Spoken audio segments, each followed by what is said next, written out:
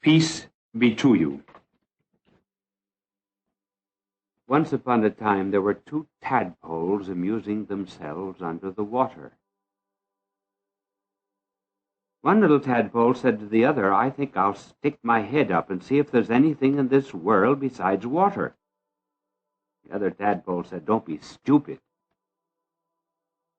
There's only what we know, just water." And so we often wonder, is there any wisdom, is there any power above the wisdom of the human intellect and above the power of the human will? There is. And that's what we're going to talk about. As there's something else in the world besides water, there's something else in the world besides human nature, or poor, weak human nature. And that is grace. Grace is not the name of a girl. Grace is this higher wisdom, higher power that can come to us. It really is not a very good name, because it just means gratis. It merely means that it is free. We cannot merit it in a strict sense.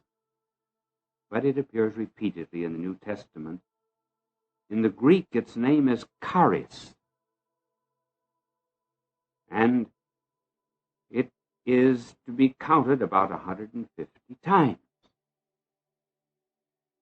Now, if there is another life above the purely natural or the human, then it is possible for every Christian to lead a double life. Yes, a real double life. Natural life, a divine life. A human life, a spiritual life. Somewhere in the book of the Apocalypse we read, "You call yourselves living, and yet you are dead."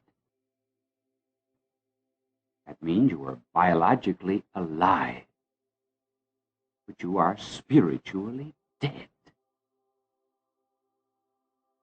We are constantly bumping up against walking corpses on the street. They seem to be alive. Their body, their soul is dead. As the life of the body is the soul, so the life of the soul is grace, or the partaking of the divine life. Now, before we come to an understanding of what this divine life is and where it comes from, let us picture a 3-story house. It has a cellar, a first floor, and a second floor. The cellar, always a kind of a dark place where there is thrown a lot of refuse. First floor is fairly comfortable. And the second floor is magnificent. Now, these 3 stories correspond to the 3 kinds of lives that men may lead. The cellar corresponds to the life of the senses and emotions, food, drink, carnal pleasures, and the like. I'm not saying these things are wrong. It just merely is a form of culture. It is what has been called by the great Harvard professor Sorokin the sensate culture. He says that is the culture of our time, incidentally. Now, on the first floor, which is far more noble, we might call the floor of reason, of science, of art, of humanism, of culture. Namely, all the things that make life really refined. But that's not all.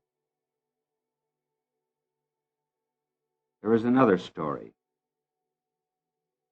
And that's the floor of grace,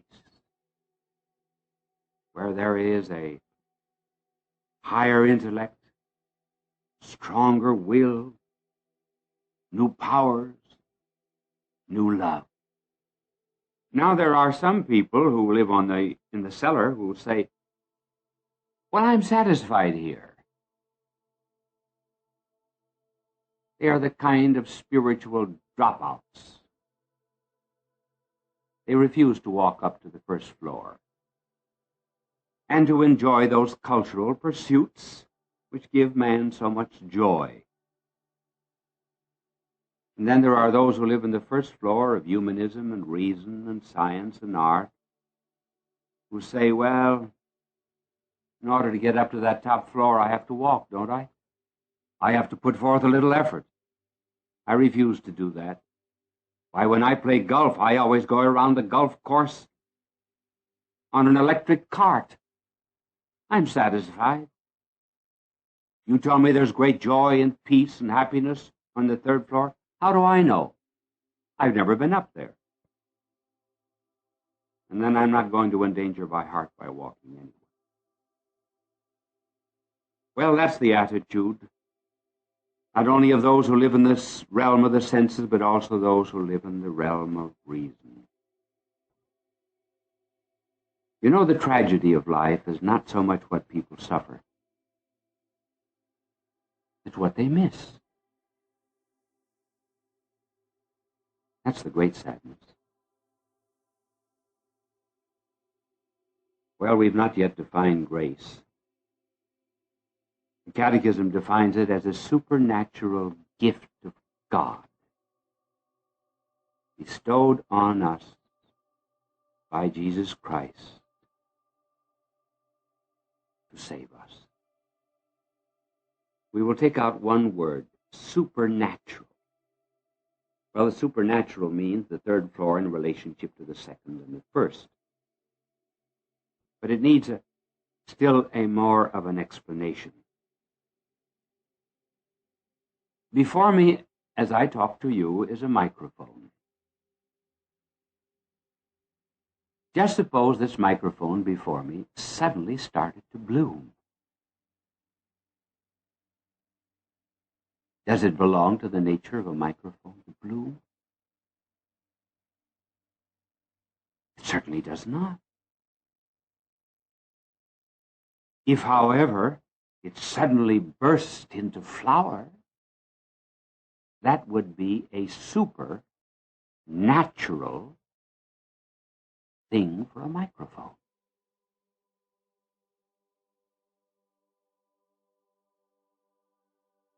Let us take another example. As I am talking to you, I am in my study. I have always arranged my study so that I look into my chapel. That is in order that I may study and work in the presence of our Lord in the Blessed Sacrament. On the altar of my chapel, there are flowers. Now suppose some of the flowers on the altar suddenly began to walk on their stems. And they walked out through our little chapel, and they came here into my study, and those flowers stood before me, and each one of their little petals bowed down and saluted me. Does the power of movement belong to a flower? It certainly does not. This gift, for it would be a gift, note, exceeds the nature and the power and the needs of a flower. In other words, it would be a supernatural gift. Now, there's no dog here, but I used to have a dog, incidentally, and I used to teach the dog to fast. If I would hold out a piece of meat before the dog and say it was Lent, the dog would not touch it until I said Easter. Well, it took a long time to get that into the dog. That was not a supernatural act for a dog. But suppose any dog came into me as I am talking to you now, and the dog listened to me for a moment, and he would suddenly say, you missed a good point there. You should have quoted the Prima Secundae of St. Thomas at this point. And I think, too, if you had brought in this quotation from Shakespeare, it would have helped you very much. Does it belong to the nature of a dog to speak and to reason? This exceeds the nature and the power and the needs of a dog. And therefore, if it ever did that, it would be a supernatural act for a dog. Now let's come to man. Every man is a creature of God. He's a creature of God because he has been made. Suppose I suddenly became a child of God, so that not just the life of my parents, the life of God came into me, so that my reason had another light than just the light of reason, and my will had other powers than just my poor, weak human will. Why, that gift would be just as much above my human nature as blooming to a microphone, as walking to a rose, and as speech to a dog. If I became a new creature, so that the body and the blood of Christ somehow was in me, that would be, in the strict sense, a supernatural gift. I say gift. I certainly do not deserve it. And furthermore, when that gift comes, it always changes our direction. Because by our nature we are weak, and we tend to sin and to doubt and to selfishness and the like. If we are to change our direction, a new power is needed. If I take, for example, a ball and throw it across the room, the ball will continue in a straight line unless some superior power diverts it. And so, too, natural human beings continue in certain directions. Like Paul would have continued his persecution. Sinners would continue in their sin. Agnostics would continue in their doubt, unless some superior power intervened. And that is the power of grace. I'll take, for example, one example of the changing of direction.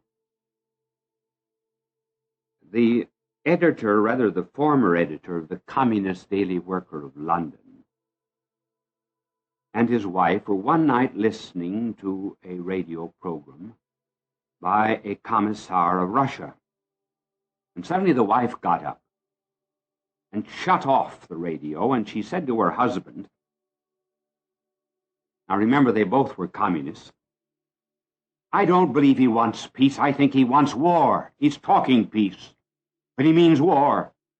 He said, don't talk that way. You're not talking like a communist. She said, I don't care what I'm talking like. He said, if you continue to talk that way, I shall report you to the party. She said, report me. Why, he said, you're beginning to talk as if you might become a Catholic. She said, I am. He said, shake. So am I. Now here was a husband and wife living together, sharing communist ideas. And suddenly they both changed, unknown to one another. What did it? Power outside of it. It's power of grace. There's no such thing as just becoming better and better in the natural order, and then suddenly, in the strict sense, the very strict sense, meriting grace. No, nature and grace are quite distinct. It really is the difference between making and begetting. When you make anything, you make something that is unlike you. For example, you make a table. But the table does not share your nature. When parents beget a child, they beget something like themselves.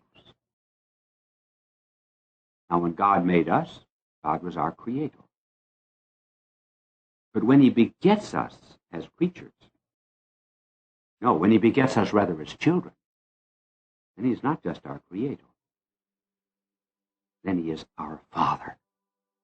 And when grace comes into us, as our blessed Lord said, the same sap that passes through the branches passes through the vine, and the same sap in the vine passes through the branches. In other words, we begin to share the nature of our blessed Lord. So that he pours out his nature upon us. As St. John said, of his fullness we have all received. When we respond to grace, then we become, well, something like a pencil in the hand. Pencil in the hand, as long as it is directed by the hand, will do anything the hand wants. And we are the instruments of God, and we obey his will just as the pencil obeys the will of the hand. When there is total obedience, that means sanctity. That's what a saint is. A saint is one who is as available to God as a pencil is to my hand. Now, what does grace do to our human nature? Well, first of all, it makes the body a temple of God. That is one of the reasons for purity. What is a temple? A temple is a place where God dwells. Remember when our blessed Lord went into the temple of Jerusalem, and the Pharisees asked for a sign, our blessed Lord said, "Destroy this temple, and in 3 days I will rebuild it." He was not speaking of that earthly temple. He was speaking of the temple of his body, because in that human nature of Christ, God dwelt. Now, by participation of that divine life, he dwells in us. Now, that's why the body is sacred. That's why we have reverence for it. The body is not a worm, something vile. It's his temple. One day it will be glorified too. But the principal effects of grace are in the intellect and in the will. Now, the intellect is that faculty of ours by which we know. The will is that faculty by which we choose. The object of the intellect or reason is truth. The object of the will is goodness or love. When grace comes into the intellect, it comes as a kind of a light. It is rather difficult to describe what it does to the human mind. Well, picture sunlight shining through a stained glass window. Notice how it is diffused and brings out all of the colors. Well, that's what grace does to the intellect. It gives it a new vision. Faith then becomes to reason something like the telescope is to the eye. It does not destroy the eye. It just perfects it. And when faith gets into us, it gives us a new certitude, quite beyond reason. All that you get in these instructions and records of mine are merely motives of credibility. But I do not give you certitude. That has to come from faith. That has to come from God. That is why our blessed Lord said to Peter, "Flesh and blood hath not revealed this to thee, but my Father who is in heaven." And the certitude that comes from faith is so great that nothing can destroy it. As a matter of fact, the certitude that comes from faith is greater than the reasons for faith. That's because the light comes from God. We often have many certitudes that are stronger than the reasons we can give. For example, if we were challenged all of a sudden to prove that we were legitimate children, it might be rather difficult. We do not have the documents, but nothing could shake that certitude. And so a learned man could give many reasons against the existence of God and the divinity of Christ to one of our children, but he could never destroy the faith of that child. Not only does faith give that certitude, but it also gives us a new outlook. New outlook on birth, suffering, death, joy, pleasure, literature, art. Those who have what St. Paul calls the carnal man, or rather the carnal mind, cannot understand the things of faith. Very much like trying to make a blind man understand color. Very often those who lack the gift of faith wonder, why is it that we are so certain? Why do we have this outlook on suffering? Why are we not depressed? Why do we not contemplate suicide? Well, it's simply because we see things very much better. We have a light that they have not. Perhaps we've already said, but it bears repeating, that we have the same eyes at night as we have in the day. But we do not see at night. Why? Because we lack the light of the sun. And so let two people look out on the same problem. They see it very differently because one has only his reason and his senses and the other has faith. But there's also the human will. Now, when grace comes into the will, it gives us new power, new strength that we never had before. It gives us a new ability to resist temptation. Too often in this world, as soon as anyone becomes a slave of sin, we speak of him as having a compulsion. We say, oh, he is a compulsive drinker. He is a compulsive eater. Now, that is true. The word that our blessed Lord used to explain that compulsion was slavery. But this does not mean that these people have completely destroyed their freedom. Believe me, there's always a little area of freedom left in an alcoholic and in a pervert and in anyone who is given to the slavery of sin. These sins which started with free acts of our own, they have weakened our will, but they have not completely destroyed it. It is possible for grace to establish a beachhead. Grace has its D-Day. God can get in to any one of these people And after all, when we're trying to cure people of vices, we can never drive out a vice. We can only crowd it out. How do you crowd it out? You crowd it out by putting something else that isn't you. Grace of God comes in. When we begin to love him, then these vices begin to be pushed out more and more and more. Once the new love comes in, we are changed. I remember once dealing with an alcoholic woman, and I said to her, "You love alcohol more than anything else in the world. And because you do love alcohol anything more than anything else in the world, I can't cure you until you begin to love something else more."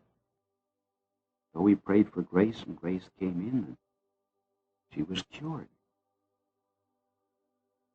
Now this is what grace does to the poor, weak human will. And then it also gives power, so that we influence others.